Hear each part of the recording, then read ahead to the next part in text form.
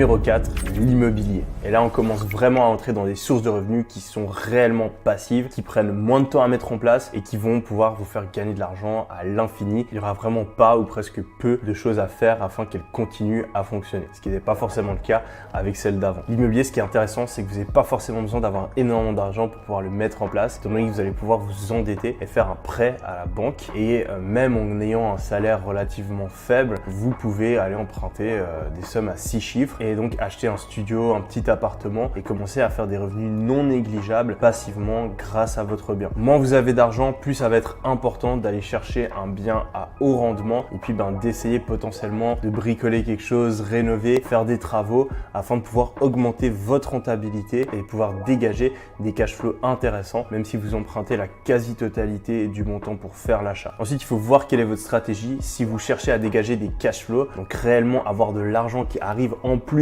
dans votre compte en banque chaque mois, il va falloir trouver un bien avec un très haut rendement ou bien potentiellement avoir un apport qui est plus élevé afin d'éviter que le remboursement de votre prêt et les intérêts ne viennent manger tous les cash flows que votre bien dégage. Je vous donne un exemple. Imaginons que vous achetez un studio, vous le louez à 600 €, vous avez des frais, etc. Ça descend à 400 €. Si vous devez rembourser à votre banque 500 € tous les mois, vous êtes en cash flow négatif. Vous n'êtes pas en train de perdre de l'argent car dans ces 500 €, la majorité, c'est un remboursement de prêt. Donc au fur et à mesure que vous remboursez, en fait, le bien que vous avez, il vous appartient de plus en plus. Mais au final, vous êtes quand même tous les mois en train de payer plus d'argent que vous en recevez. Donc vous avez un bien qui est rentable, mais vos cash flows sont négatifs. À l'inverse, imaginons que vous avez le même bien, mais que cette fois vous faites un apport qui est plus élevé, vous apportez la moitié du prix d'achat du bien. Et bien à ce moment-là, vous allez toujours recevoir 600 €, vous allez descendre à 400 € de frais, mais vous allez devoir rembourser, je sais pas, que 300 € tous les mois. Et du coup, vous avez 100 € en plus tous les mois dans votre compte en banque. Donc si votre but c'est d'avoir vraiment des cash flows et pouvoir chiller et avoir de l'argent qui rentre dans votre compte en banque pour couvrir vos dépenses, faites attention d'investir dans l'immobilier, soit en choisissant des biens qui ont un très haut rendement, soit en mettant un apport qui est plus conséquent. Ensuite, la deuxième stratégie que vous pouvez avoir, c'est une stratégie d'accroissement de portefeuille où votre but, c'est pas d'avoir des cash flows positifs, mais d'avoir une optique plus long terme où potentiellement vous n'allez pas avoir plus d'argent dans votre compte en banque.